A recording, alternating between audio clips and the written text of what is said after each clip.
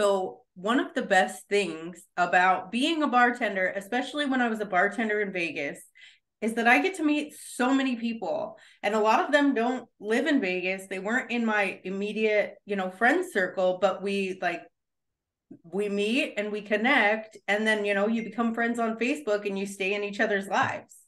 So, my next guest is Rachel Kemplin, and she is one of those people to where we just happened to cross paths and we stayed in each other's lives, and today we get to sit down and talk to her. So welcome, Rachel. Thank you. Hi. Hi. So I don't even remember exactly how we met. I'm pretty sure it was when you were going through a tough time. I reached out. It was when your father had passed, right? Yes, that's correct. Yeah, we knew each other in Vegas. Mm-hmm. You came in and out of Mulligan's pretty frequently, and my mom and dad, that was their regular hangout. And yeah, I had a bunch of losses right there in a row, and I believe that we reconnected after my father passed, just on Facebook or something, Mm-hmm. and kind of just followed each other a little bit. And then I heard your story and realized that you and I were going through pretty much the same thing, Mm-hmm. and felt like it was important for us to talk. And I think then you reached back out to me and Yeah. asked me to share. So that's how we know each other. Yeah. And so during that time where I was engaged to the manager at Mulligan's, that was towards the end of my drinking. So I know that I have pieces of my memory, but there's so much that's a blur. Yeah. So I'm like, I vaguely remember XYZ, but I don't have all the pieces. So I kind Yeah. of rely on other people's recollection too. I I found that that is a common occurrence in my life as well, Yeah, unfortunately. the little blank spots in my brain. A little bit So scary. Mhm. yeah. So Rachel, you now have a whole lot going on, and I feel like it's a really personal thing that you're experiencing. So the fact that you're willing to come on here and talk to us about it is really incredible. Just you're willing to get vulnerable, because I do feel like people need to hear what what you've got going on. And I don't know all the details. I've just seen on Facebook. So can you let us know where you're at in life right now? Yeah, well, first and foremost, I'll have 7 months of sobriety under my belt on the 15th of February. Congratulations. So, yeah, thank you. It feels really great. I didn't realize that that it would feel so good. But the downside is that, unfortunately, I drank myself to death. Um, I am end stage liver disease. I have alcoholic cirrhosis, and I also have developed liver cancer along with it. And obviously, it's been a really rude awakening, a very challenging time of my life. I have two children. I have a 13-year-old and a 10-year-old, and that's the part that's the hardest. Um, is just thinking about leaving them and the legacy that I'll leave them. Um, I'm not going to cry. I Don't might. worry. So just sorry in advance. Yeah, so I've been battling. This is not a hickey on my neck. This is a bruise from a procedure I just had done. I've had two outpatient surgeries in the last 2 weeks. I am currently finished up all of my testing for a new liver, for a liver transplant. And I hear on Wednesday whether or not I'm getting on the list. It's the only cure for what I have. It's just a new liver. Is a new liver. It's the only cure. I mean, fortunately, and I hate to say this, but it's true, is that I'm young enough and healthy enough otherwise that my body is not broken down in other areas. So my heart's strong enough, my kidneys are strong enough, my lungs are strong enough in order for me to receive to be lucky enough, hopefully, to receive a liver. And some people are not in that fortunate circumstance. But it's a very sad disease, and it's tough on everybody, tough on everybody around me. And it's kind of an invisible disease a little bit as well. It tends to, you, for the most part, you look okay, but inside you just feel terrible all the time. People don't realize how important the liver is to your overall health. In fact, my liver doctor thinks it's more important than the heart, of course, but yeah. because it filters the blood. And without your liver, it makes all of your other organs work extra hard. And it's a real balancing act every day about what I eat, what I put into my body, you know, how much I'm going to the bathroom. I mean, it's all of those things become uber important. And it really has just consumed my life at this point. How did you get here? How did I get here? Yeah, that's a good question. It was a long process. You know, I had my first drink at a very young age, but I was I did not have an ordinary life by any stretch, but I had a very loving family, and I don't have any trauma in my background that tends to kind of go hand in hand with this disease. I was not a drinker in high school. I didn't party. I was a drinker in college, but college stuff. I never really thought about it unless we were out doing things. Mm-hmm. I think I first really picked up the bottle after, well, I'm currently divorced. I'm with a wonderful man, the love of my life, my support system now. But my ex-husband, he's a wonderful man as well. I got married, and I think that, I don't know, my whole life I had been, what's the word? My persona was built in my career. I was a career woman. And when I got married and we decided to have children, we decided that I was going to stay at home. And I think that that was probably a mistake for me, because the boredom set in. As much as I loved having that time with my kids, it's a very lonely place sometimes to have children and be with them all the time, 24/7. But I don't know. I mean, I just, it slowly started to snowball when I was about, probably, you know, I dabbled in some drug usage in my early 20s.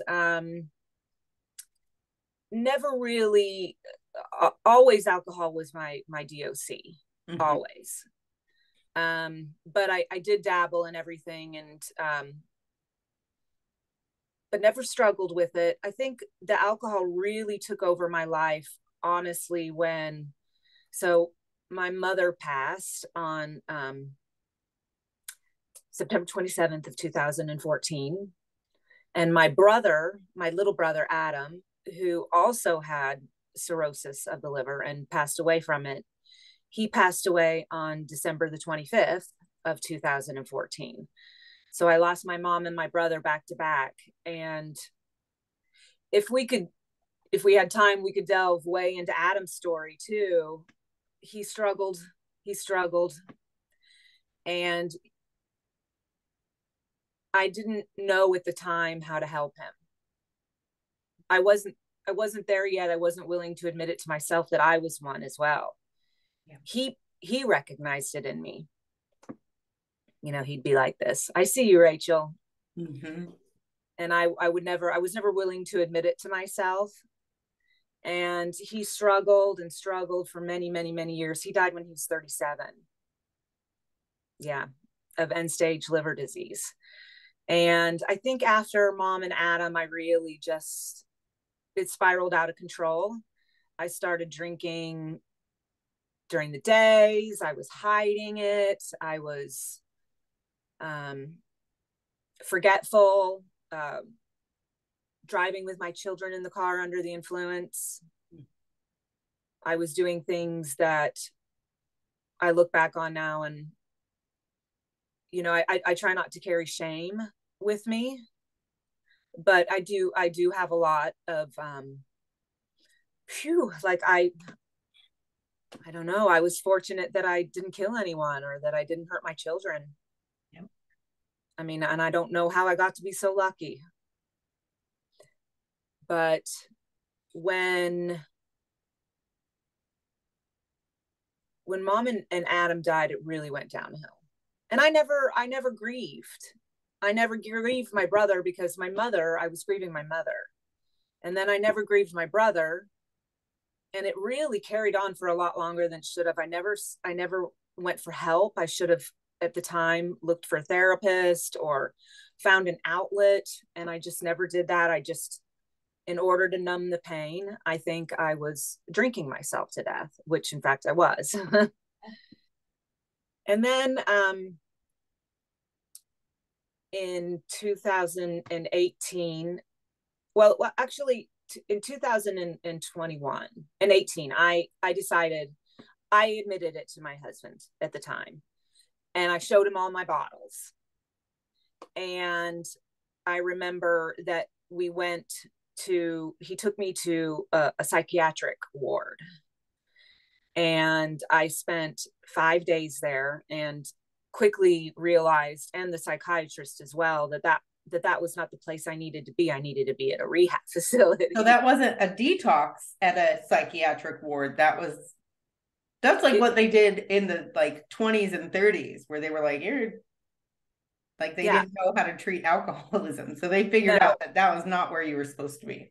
No, like they took my shoelaces. We didn't have shower curtains. We had guards. And, I wasn't in any danger to anybody else. But we just didn't know anything about the disease. And I was clueless. Even going through all of that with my brother, you think that I would have had some insight, but I was just clueless to other people and their needs. And that didn't work. So we kind of just covered it up for a little while. Mm-hmm. And we ended up separating in 2018 because I wanted alone time to drink. Yeah. If I'm honest with myself. Yeah. And I bought my own place and we separated, and the drinking got really heavy and out of control. And then I met Greg in 2019, and he and I tried to hide it from him, but he knew. I mean, how could you not know? People could smell it on it. We think that we are getting away with it because we're lying to ourselves. Yeah, we're lying to ourselves, and I don't realize now what a fool I made out of myself.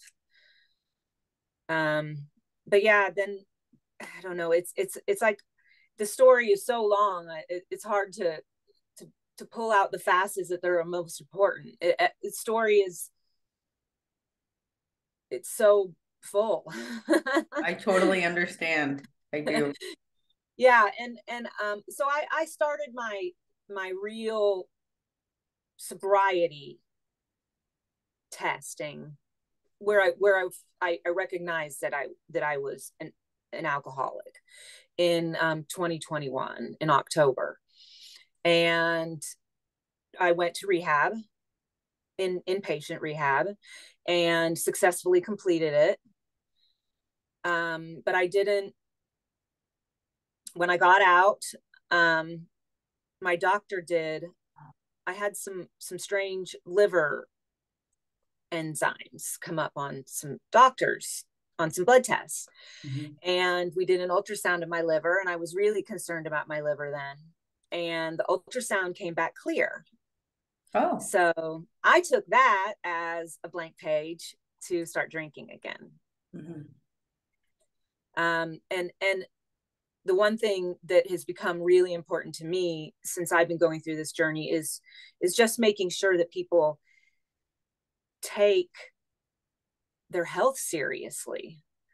The liver there are signs. And if you think you have a problem with your liver, you probably do. I mean, you can feel it.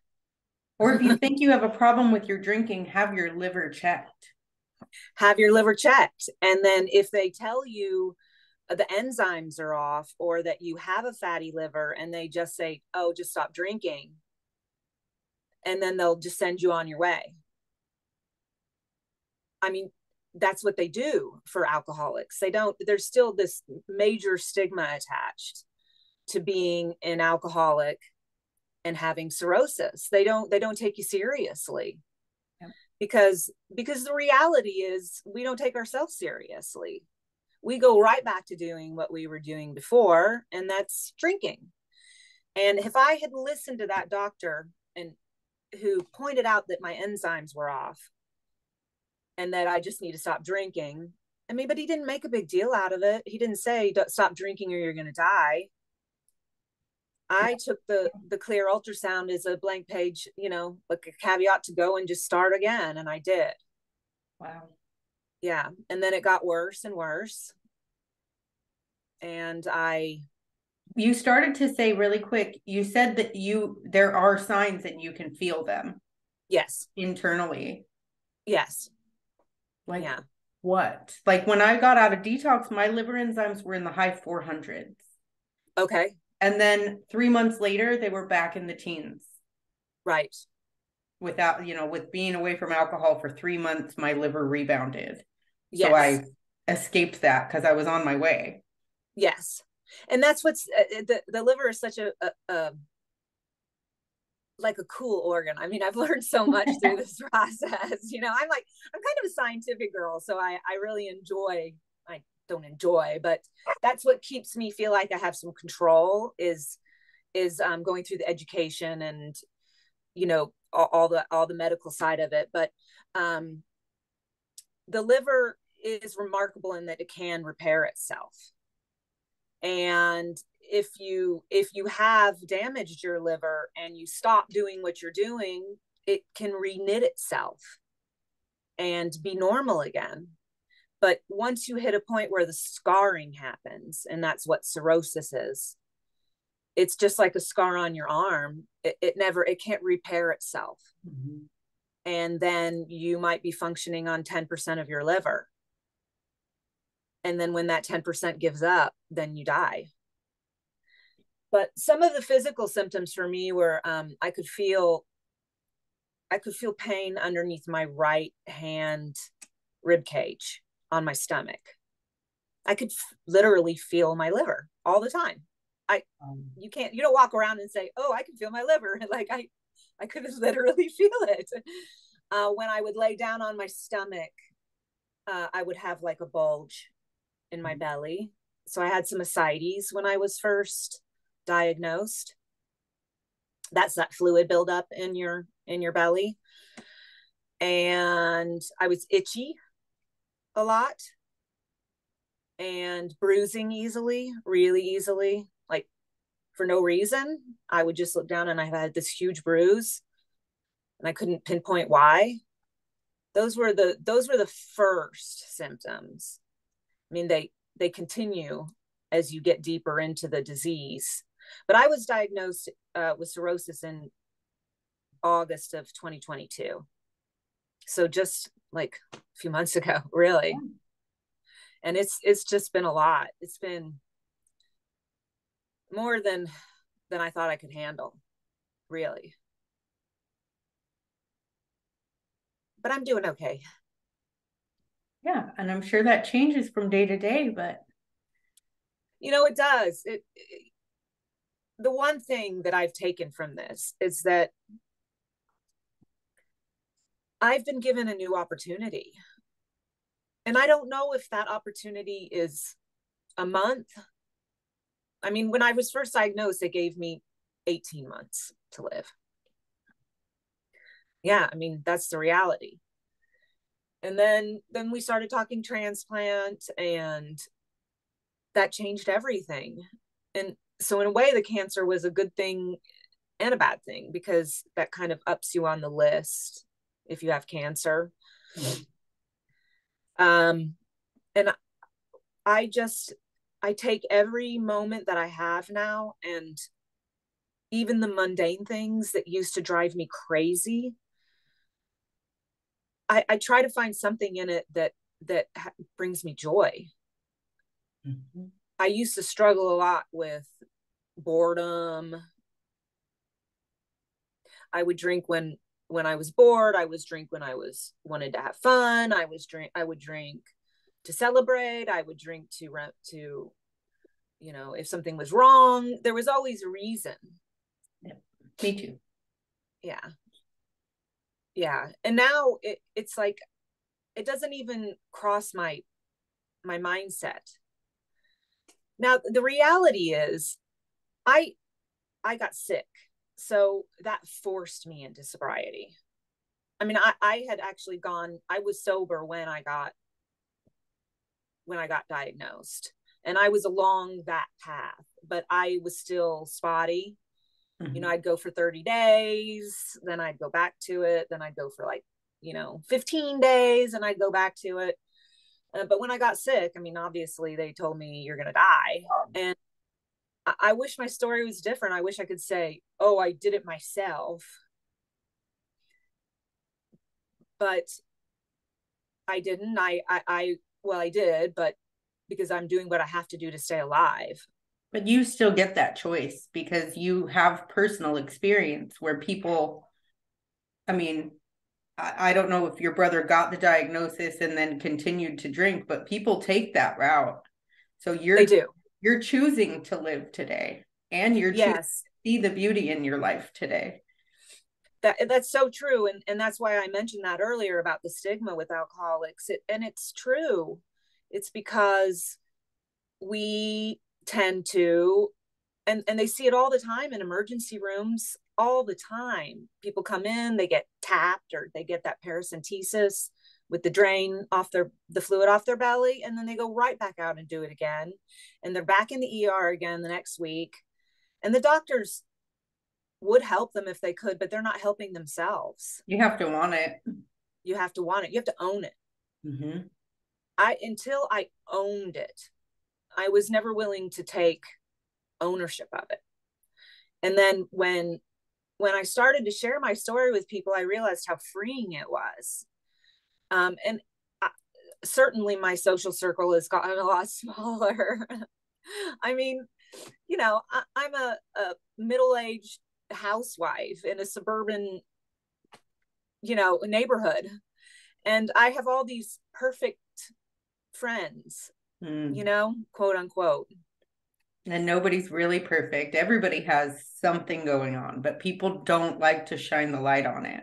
No. And that's been such a blessing for me, is that you'd be amazed at the amount of people that have reached out to me separately, privately, and said, I've been following your story, and I want you to know that I was drinking 2-3 glasses, a bottle of wine a night, and you've made me, rethink that choice. And I get it, almost daily now, just from people out of the woodwork, like old high school friends or whomever it is. And that's been a very fulfilling thing for me.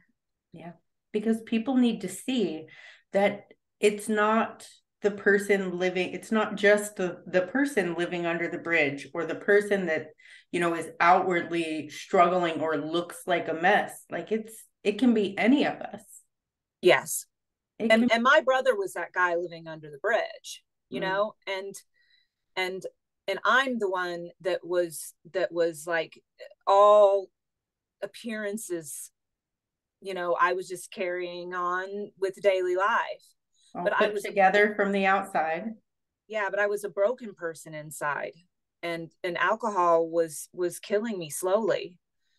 And I try to every moment just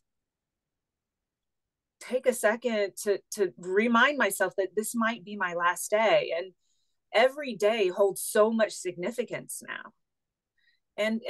And honestly, it should for everybody, because you could walk out on the street and get into a car accident. I just happen to know that mine's coming sooner than other people. And I've been given a choice to either ignore it and keep drinking, or to own it. And I've decided to own it. And even if I can help one person to understand the importance of your health, and I mean, there's all the emotional, and that is important too, but the health side is just as important.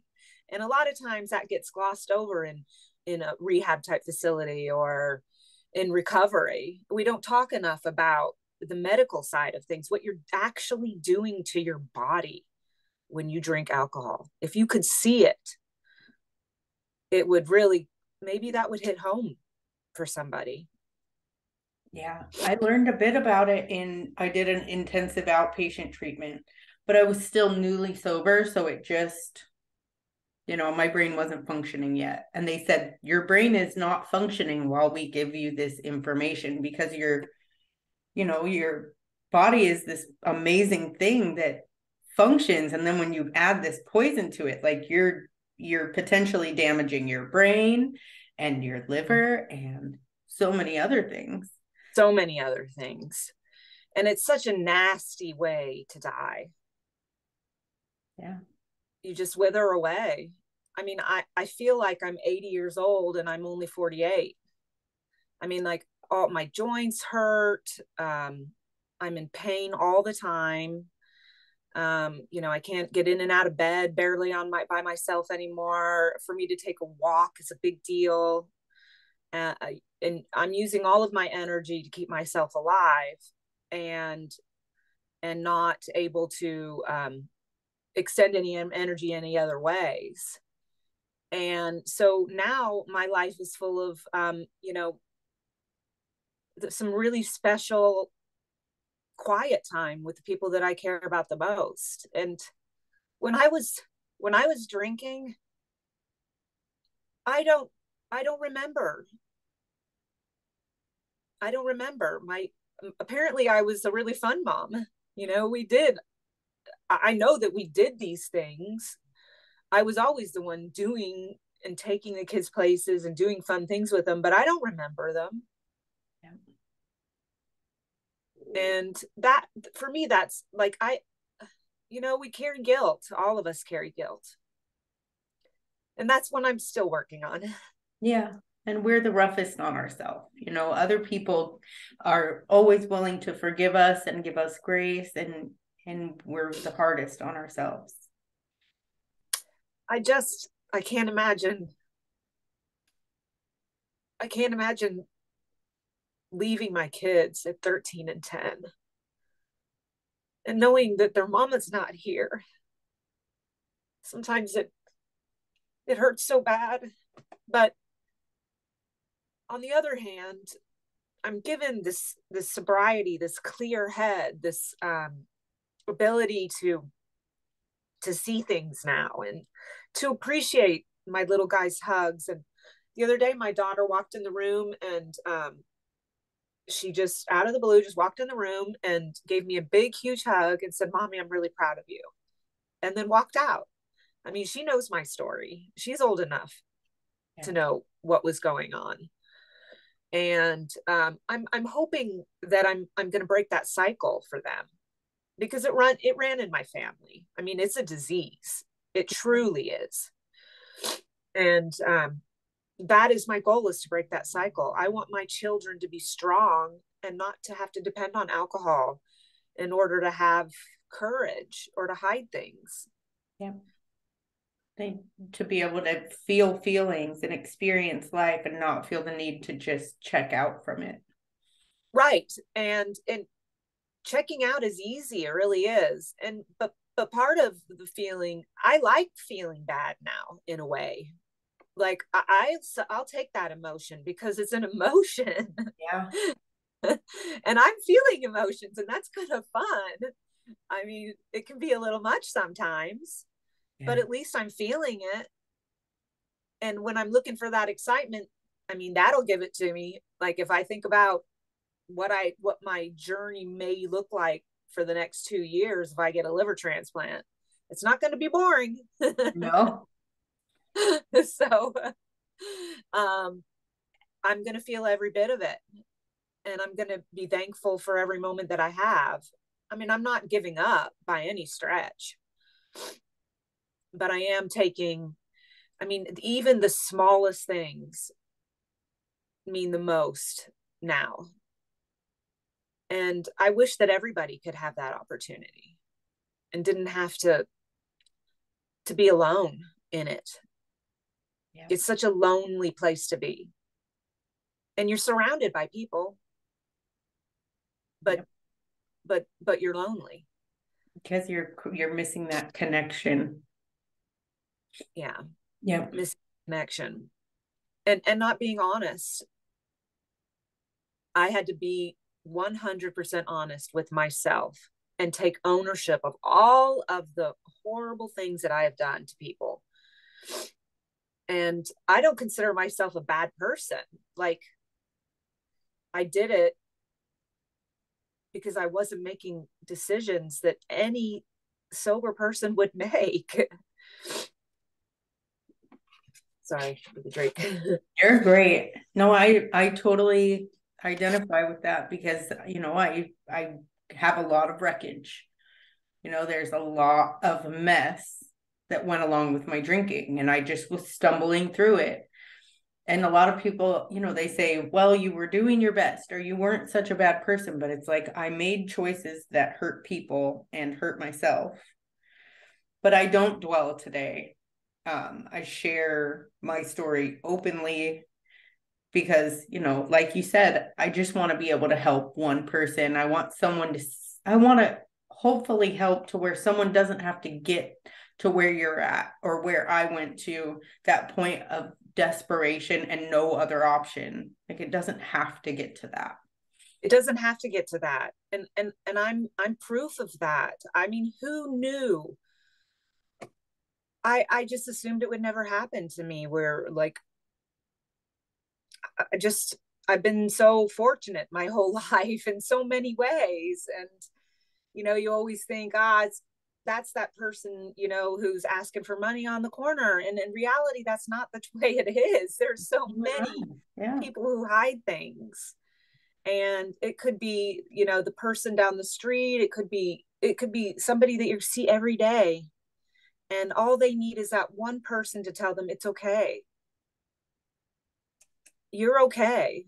Yeah. You know, and I can help you with this. And I'm still working on my own sobriety, but I see myself in the future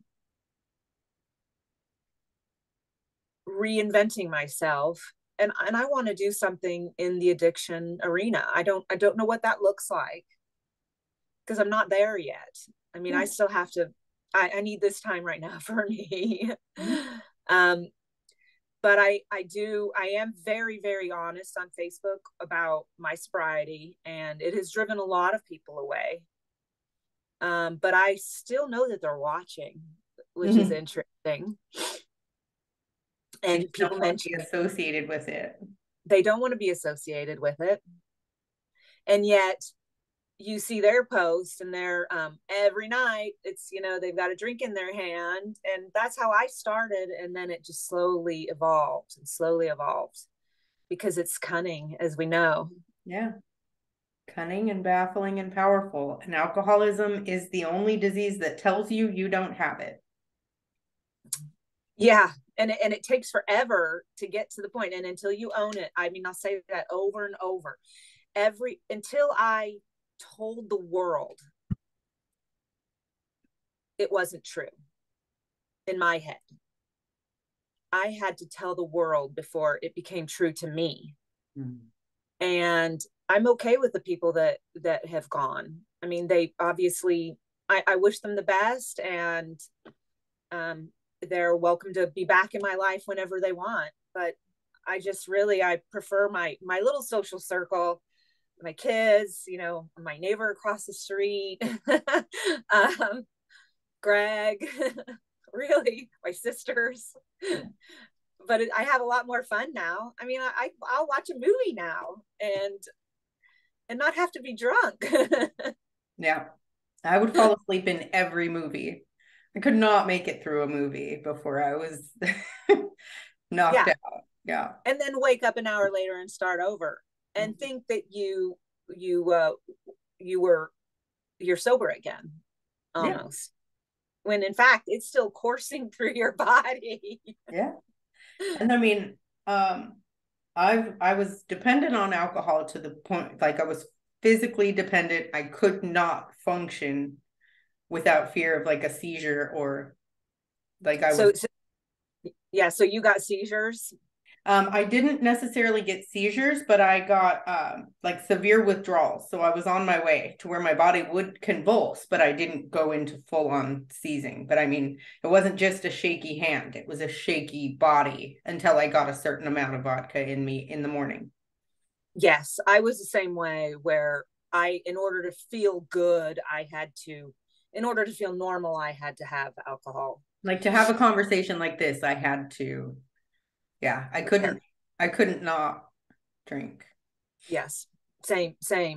And I never had seizures, which is bizarre. And I never really had the huge belly or anything. But after when I went in, I had quit drinking and I was sober maybe 21 days when I got diagnosed. I had full on jaundice. Like I was yellow, eyes yellow, and I'm still jaundiced. That the bilirubin that's in your blood, it stays with you for a long time. It's very hard to get rid of. And I run at a high level anyway because my liver isn't working. So that's just the reality. I'm always going to have that yellow tint to me until I get a new liver. But where was I? I lose my thoughts sometimes. Oh, that's okay. We were just talking about, you said you were 15 days sober. Yes. When you got diagnosed. Yeah, when I got diagnosed. And it's funny that all of the symptoms started really happening after I had gotten a little bit sober. But yeah, and I got admitted to the hospital then, and I spent 3 nights, and they were like, nobody's ever told you that you have cirrhosis before? And I was like, no. Hadn't you just had a clear ultrasound? Right. Yes. Just a year before that. And that's what I said. And they were like, well, I mean, clearly you've had this for a long time. I mean, your liver is gone. You don't have a liver. Basically. And I, I wasn't shocked because I knew and deep inside of me that I was sick. I could feel it in my body. We know our own bodies. I was masking it with alcohol, pretending like it wasn't happening. And then it was almost a relief to find out, because then I could formulate a plan. Yeah. I'm very much a control freak. I like to do things the way I like to do them. And that might have been sort of what caused some of the alcohol too, is that I was always had so much anxiety about my children and everything, my marriage, and trying to be perfect for everybody and control things. And I gave up control with alcohol. And then when I got sick and they came to me and said, here's your problem, it gave me something else to focus on. And now I'm a very involved, very engaged in my own care. Mm-hmm. Probably my doctors think too much so. Let them think that. But that's part of getting on the transplant list, is you have to prove to them that you're worth it. And everybody's worth it. But if you don't think you're worth it, then you can't convince anybody else. Yeah. So they're not going to consider you unless you show them that you're willing to put in the work. And I've been putting in the work. I eat like a rabbit. From the cancer, I lost about 60 pounds. But I love how I eat. I eat well. I do crave sweets a lot. Oh, quitting drinking. I eat so much sugar. So that's next. Yes. I'm not desperate And enough yet, but yes.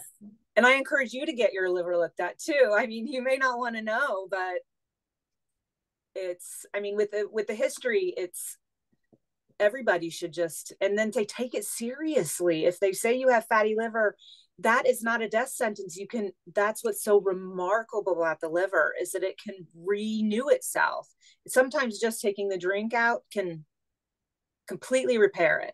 Mm-hmm. For some people, it might be a combination of diet and a drink, and then you can go into compensated, where you can live a very normal life just with some restrictions. Mine had gotten to the point where I can't, I have to be on meds in order for my body to do what it has to do, which eventually will affect my kidneys and my heart, and those will give out, and then that will lead to my death. So the liver is not a sexy organ like a heart, you know. It should be though. It should be. I think so too. The liver is sexy. It should be. It should be plastered everywhere, just like the pink ribbon. But it's not, because of the stigma that's attached to it. And those are people out there that are hurting, and they're like almost like a forgotten society, but we have to want to help ourselves. And that's why I'm so loud about it. And I was so happy. Like, I reached out to you immediately when I saw that you posted, something in regards to what was going on. And I just said, hey, like, I think you're like me. And if you're like me, like, I'm proud of you and I'm here. And it's like, we need to shine that light on those dark spots and just not make it such a taboo thing. Because it's all of us almost, I've been so inspired by your story. I mean, I follow your podcast, and I mean, I think it's wonderful. It really can happen, and you can change people's lives. And I don't know. I mean, I'm not saying, oh, I'm changing people's lives like I'm some big stuff, but I do know that I have made an impact, because I've had people reach out to me. Yep. And that feels great. It's really wonderful. Yeah, same here. It's like, it's not me. It's just knowing that I have had this experience and it was somebody else that I did, that was like me. She drank like me, and she, hit it like me, and she partied like me. And then she came to me and said, don't tell anybody, but I'm going to check into a detox. I can't keep going. And that was the first time it clicked. And it was because it came from someone that I identified with, to where I was like, oh man, well, if she can do that, maybe I can do that. And I didn't want to quit forever, and I didn't want to go to AA, and I just wanted to get it under control. I just wanted to get a grip on it, Yes. And then, she did end up going back drinking. She's sober right now, but so she was able, but she still struggled, she still had the back and forth with it since then. But that did, her little seed of hope planted in my brain. And that's all I'm here to do, is just shine a light and plant a seed to just go, hey, if you ever feel like you absolutely can't stand which way you're going, like, you can shift gears at any time. You can shift gears, and you can try. I mean, taking small steps is progress. And not everybody is going to just decide and be sober and surrender and live happily ever after now. And detox can be physically dangerous if you're physically addicted to alcohol. Like I was. So I had a nurse friend say, do not detox at your home. Like, just stopping can kill you. It can kill you, and that's how a lot of people do pass from the disease, unfortunately. It can kill you, and I actually had to have medical help as well to detox, and it didn't click the first time. It didn't click the second time. I had to go to rehab twice. And then I had to be told that I was dying.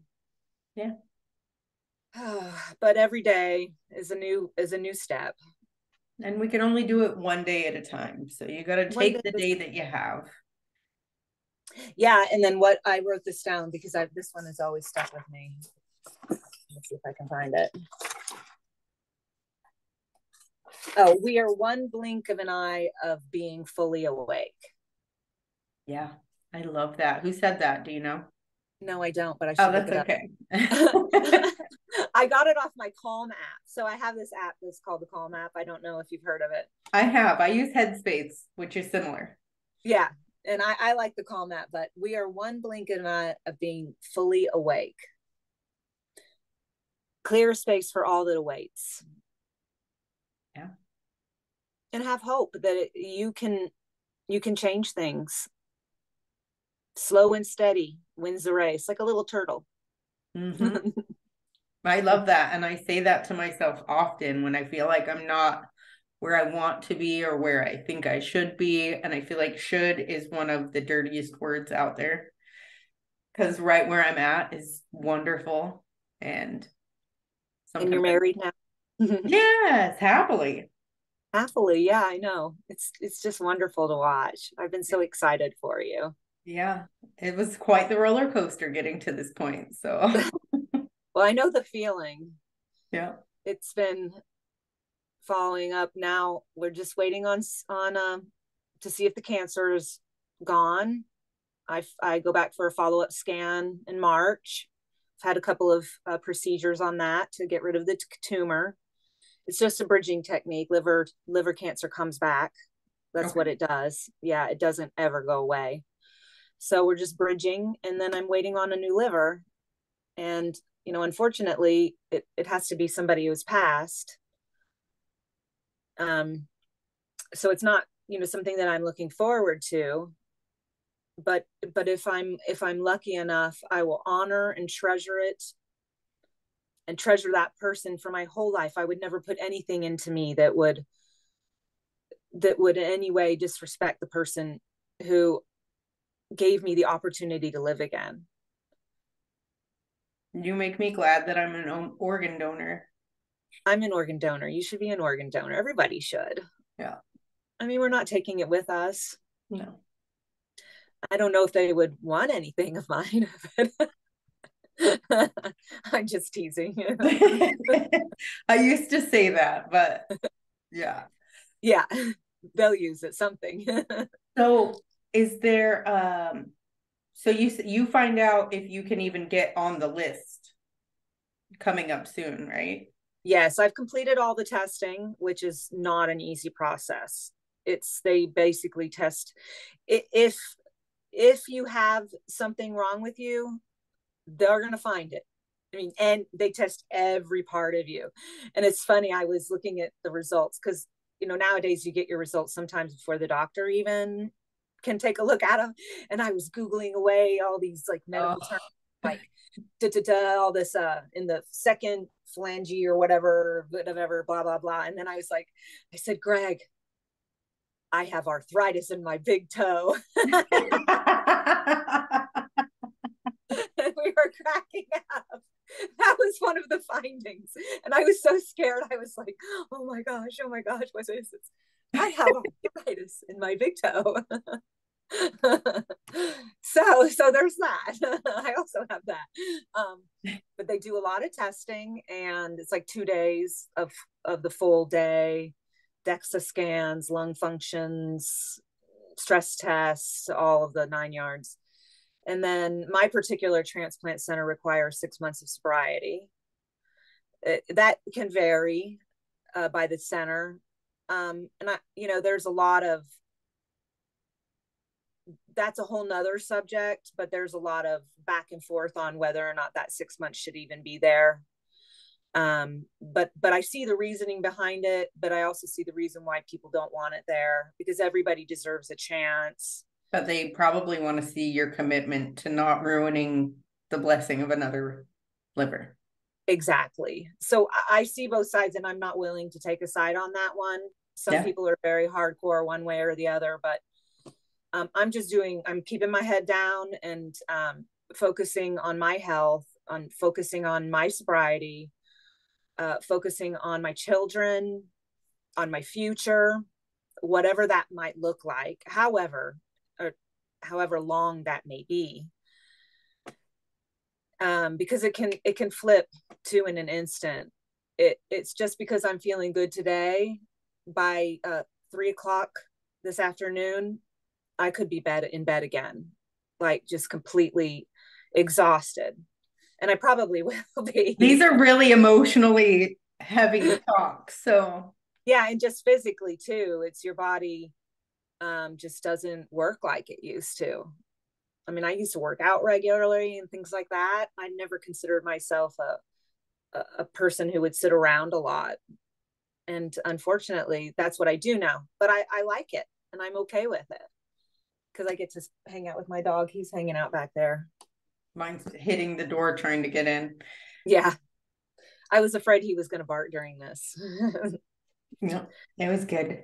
I'm so glad that you agreed to come on here and talk. You have an incredible story. Like there's just, I love you so much. Like, you're so brave to share your story, especially, like, I haven't even had the negative, like, you shouldn't be saying that, or people turning away from me. But it just doesn't matter. Like, you have the people that you need. Like, you have your crew. I have my crew. And, they talk in rehab a lot about, your circles and where they belong, which circle they're in. And I was going through some old notes from rehab before we got on this podcast. And it's funny, the people that I thought what circles they were going to be in. Like, some of them are not even in a circle now. The people that I thought I was close to. And I have some sisters in sobriety that are really important to me, and that I met through rehab, and they're, really close in the circle. Even though we don't talk every day, they know that I'm there if they need to, and vice versa. And that's really important, the relationships that you build through this process. Like, I know that you and I will be friends forever now. And I don't know if that ever would have happened, Brandy, had we not shared this journey together. Yeah, I don't know. We would just be liking each other's Facebook things, but yeah, exactly. Oh, that's a funny post. Or yeah, exactly. Yep. Yeah. But the most important thing for me that I wanted to get out of this is that, or that I wanted to give out of this, is that you need to take care of your body. And if you're not a spiritual person, which I don't consider myself really a spiritual person, then maybe it's time to look at it, take it and flip it around a little bit, and look at it maybe from more of a medical perspective. Because if the emotional side is not working for you, if you don't feel like you need to go, I don't have any trauma really. I mean, I knew I dealt with some grief and stuff. But I think mine more came from just, I don't know. But when I flipped it and I started looking at it from a medical perspective, it really piqued my interest. And then it became a labor of love. Learning about the disease and wanting to share with people the importance of getting checked and taking what the doctors say seriously, because they're not going to tell you you're going to die. They don't do that. But the reality is you're going to die if you don't stop drinking. It might be now, it might be in 30 years, but cirrhosis, it's going to get you. If I don't mean to scare people, but you really have to scare people, because it's the truth. And it's a killer, and it's not a nice way to go. It's not soft or peaceful or. No, it's painful, and it hurts everybody around you. And if you're lucky enough to have a caregiver, which I am, I mean, I pray for him all the time. Think, about what he's going through, having to take care of me and see me like this. I'm like a shell of what I used to be physically, but mentally I'm so much bigger now. So that's really what I wanted is to get out of this, was just to the word of caution. Yeah. Of what it can do, what it's doing to your body, and to pay attention to it.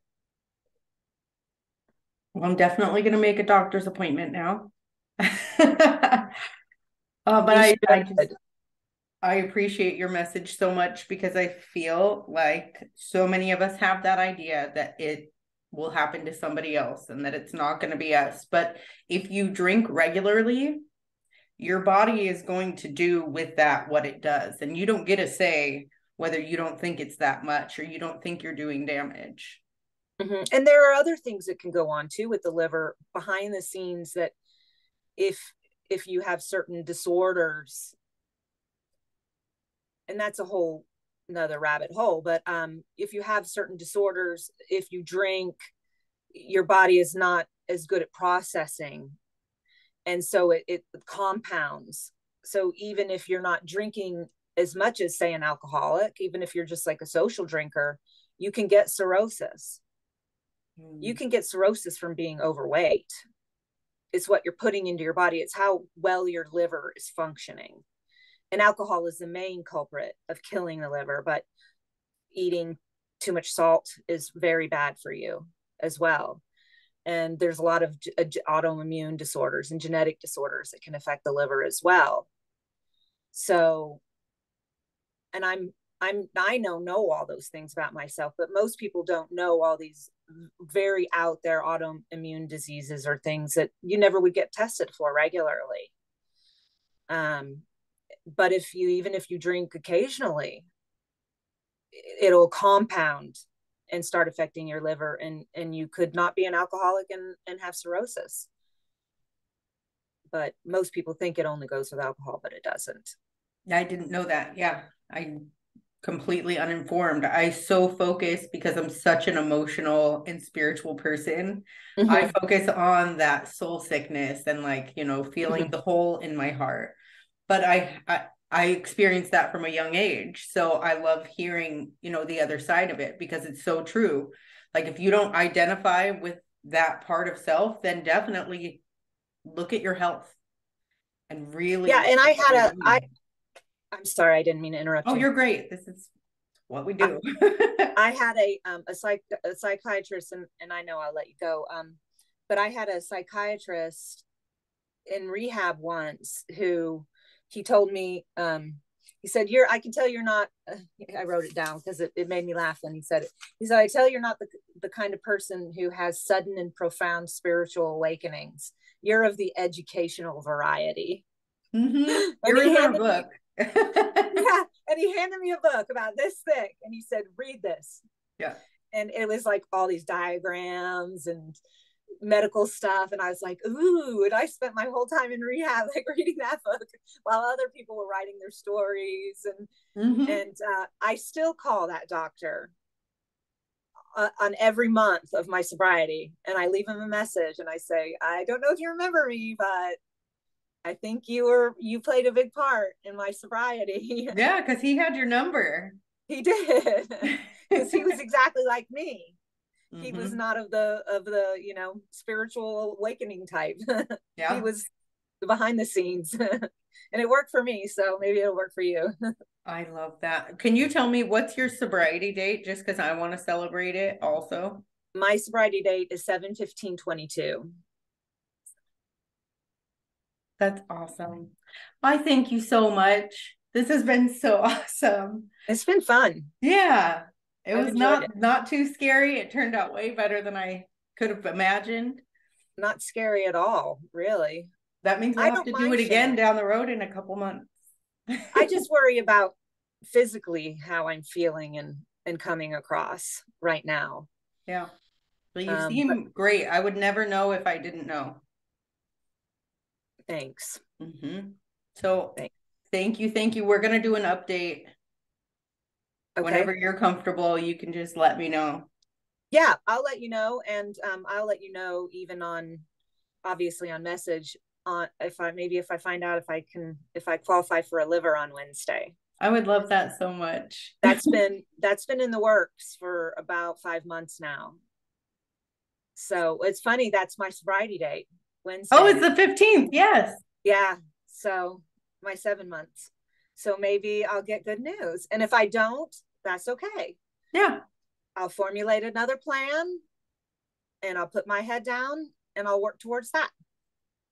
Because that's what works for me. Got to find what works for you. Yeah. Yeah. That is a great note to end this on. Thank you again, Rachel. I appreciate it. Thanks, Brandy.